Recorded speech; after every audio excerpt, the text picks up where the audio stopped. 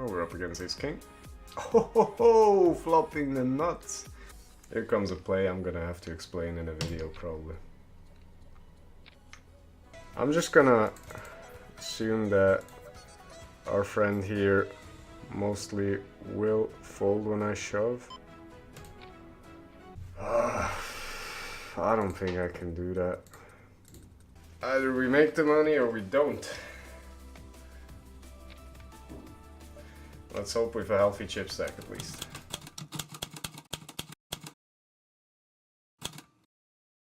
What up, family? Day 37.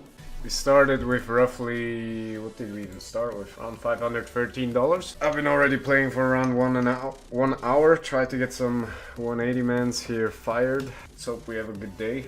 Unfortunately for us, the layout is still the same shit, so I was actually hoping that the layout could be changed, but that is hoax. Seems like the new layout here is here to stay. I'm doing here with king 6 suited with 10 bigs. Which is that actually a shove? Like if that guy wouldn't have piled it in. Like I'm seeing myself shoving there for king 7 or king 8 suited. I think king 6 suited is like the first. And on table 2 with the queen 10 suited and 10 bigs, we will be putting it in. I hate these shoves with the suited Broadway 10 hands, but at least we're only going against a guy who has 4 bigs, so a room to maneuver in case it goes wrong. Guy's thinking, holy shit. Put it away. Against ace 8 suited. Ooh, we're in the lead. No spade. Yes. Nice little Shirley goes in. Ace 10, I think. Yeah, there's probably arguments if we can fold that. I mean, no, actually I did see it wrong. I thought we had 16 bigs when in reality we had 10 bigs, so that is perfectly fine. Now with 13 bigs and queen 9, so we're gonna have to commit that. Queen 9 suited should be a jam here. For 13 bigs. I think if it folds around to me, I can shove here with 12 bigs. Jack 10. Oh, we're up against ace king. Oh, flopping the nuts. The absolute COCO-NUTS against ace king. Actually, I might go for a standing desk setup for today. Off we go.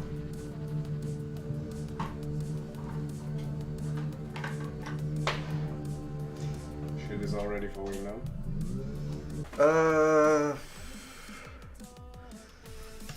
We are just gonna shove here on table 3 meanwhile. Let's hope the standing desk brings me the run good. Oh, actually folded. Nice. Oh shit. Still a bit down. Yep. That should be good. Oh shit. Completely destroying my setup. Alright, table 1, we have queen jack off. Now what we also have, and I'm not too excited about that, here. Oh no, we got it in against aces. Oh, but we're flipping. Oh. Well, let's get to this spot here now. Holy shit. This guy surely doesn't free bet loose here. But we have 11 bigs. This guy also doesn't open. I don't think I can do that. I'm sorry. Sorry, being the nit. Look at this. I mean, this guy min raises out of 13 bigs. This guy even free bets him on top of that. So, like, what does that say about their ranges? It's just no clue what they have. Like, if it says I should call, GPV wise, then most likely if I just plug in that we're like 27th out of 40, my skew is towards ace king instead of ace queen. But it's just like, if that action happened here middle position or something, I'd definitely go even the old ace queen off or ace queen suited. 22nd out of 79. I'm looking forward to winning this flip. Up against sixes. Ooh, spade would have been nice. Fortunately, no getting there for us, so we're busting there in the 77th place. I mean, we weren't due to get that far anyway. I mean, what hand did we win here with? Was it that table? Can't complain about not running well when you win with Queen Jack against aces with freaking trips. So it's all good. We're approaching the money. I'm pretty certain we can make this money here.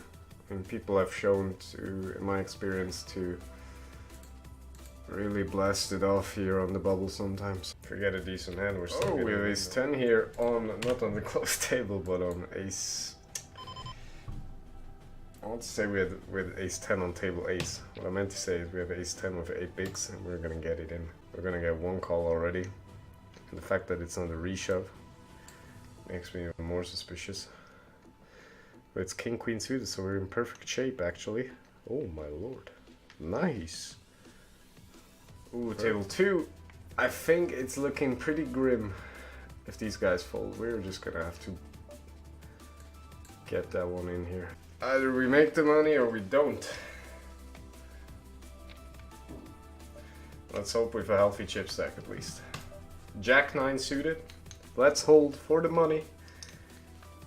Yeah, there we go. There we go. Here on the same token we have, I'm just gonna free bet here to 300. Put in a call. We are just gonna put full pressure as we would with ace king or something.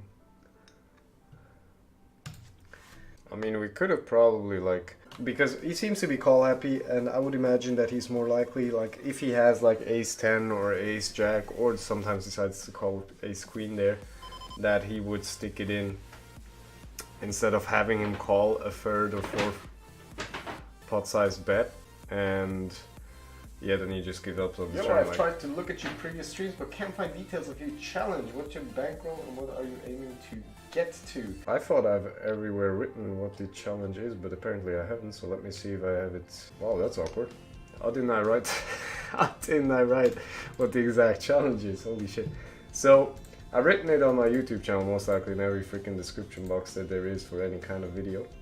The challenge is essentially to get to $1,000. We started with I started with around $313 or something like that. The goal is essentially just, I had a bankroll of around $314, which is like I started, like this is the bankroll that I've accumulated by playing poker the entire 2 years, I think, since, I don't know, when did I start, like 2017, by playing micro stakes.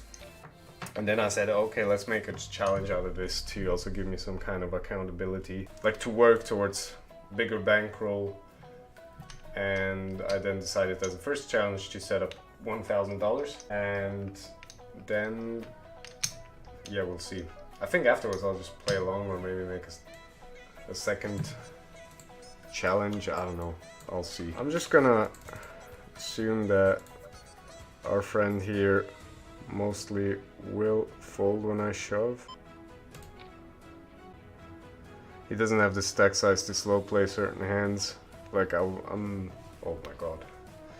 He actually got it straight, no. Well, it's 2 bigs anyway, so. I like this hand very much, and I just wanted to take a second and actually show you again, if you haven't really seen like which amount of hands we could actually go bananas with. So you could just jam 30% here just because this guy in most cases has just capped his range.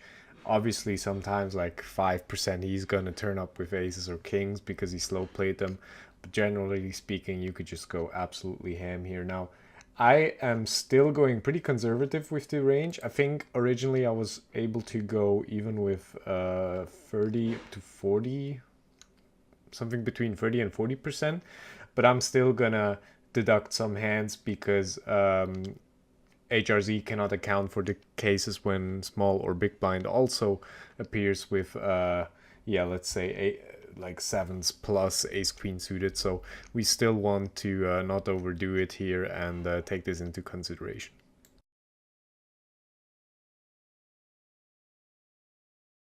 Ask yourself truthfully, would you take it? You're damn right you take it. Of course, man. Easy. I genuinely have to get this in, I think. We have enough equity even against ace-x hands some king X hands that he has, and even if he decides to fold some of these, that'd be great, which I can imagine him to do, but I think this is just purely profitable here. So let's see, unfortunately he has king 10, exactly the hand that As is dominated, so it looks like we're going out with a min cash, but I think that was totally fine. I'd be surprised if it wasn't. Now let me mark the proper hand and not that one. Yep, there we go. I mean, what can you make happen with freaking 5 bigs? Here comes a play I'm gonna have to explain in a video probably. I'm gonna most likely have to explain it in a video. I'm most likely gonna have to explain that one. Oh, fuck me. Rejamming 30 bigs with queen 10. How many tables do you play? How many sessions per week? How long per session? I have similar role. I'm thinking of doing 45 minutes and 180 runs. Usually I'm playing around 4 to 6 tables. 6 tables is like max for me. But I think I haven't really pushed that threshold. So I think if you're really eagerly and playing more than me, I think you can, at one time, you can definitely go for more. So I usually play 2 sessions, usually on Tuesday and Saturday afternoon. I would play more, but as of right now, I'm having finals for university and everything, so I'm having to tune it down a bit. Actually, I played that well the entire time since I started the challenge in September. So that's what I usually do. So 2 days, those sessions, they usually take around 3 hours, maximum 4. And then I find I am personally fatigued, or I have other things to do as well.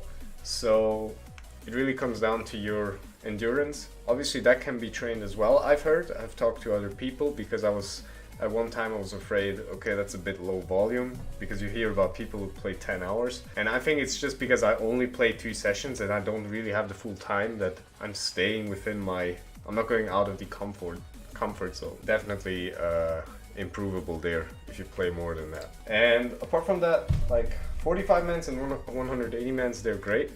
Like especially the 150 45 mans, you can really grind those. Those were my bread and butter. They're still profitable. I mean, I can't really comprehend how some people say you cannot grind those. I mean, for me it worked. Maybe it's like a different perception of what it works means, like making a living. But I've seen people here that are like regs that are only grinding those, and they can also make it work. So still very much alive, these SNGs.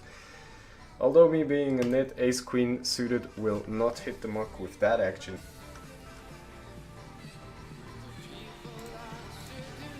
And we're gonna absolutely die to kings.